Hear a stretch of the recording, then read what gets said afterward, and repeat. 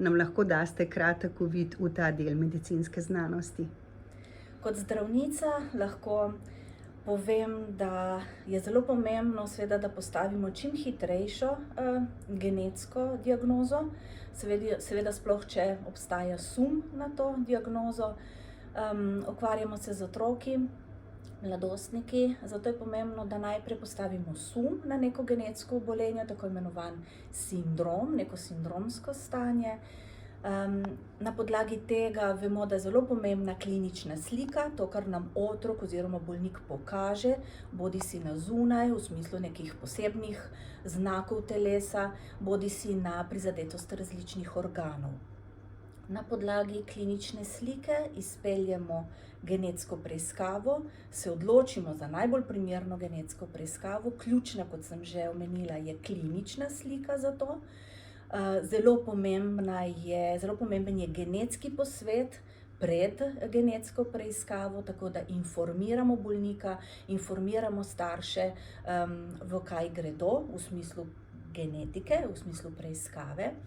Po genetski preiskavi, ki je smiselno sploh pri otroku, da je čim hitrejša, da se to odvija čim bolj zgodaj v zgodovini otroka, kar ni vedno možno.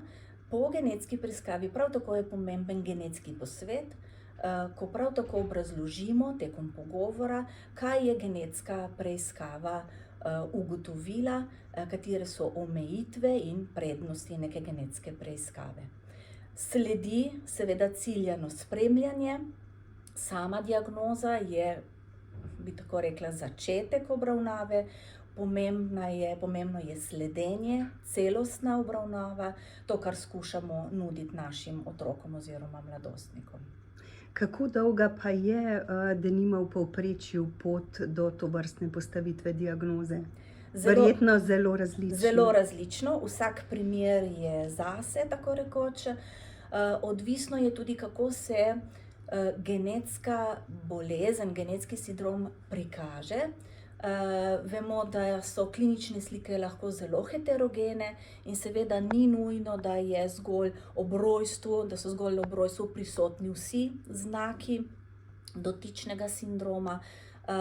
In zato je postavljen sum lahko na začetku velik izziv.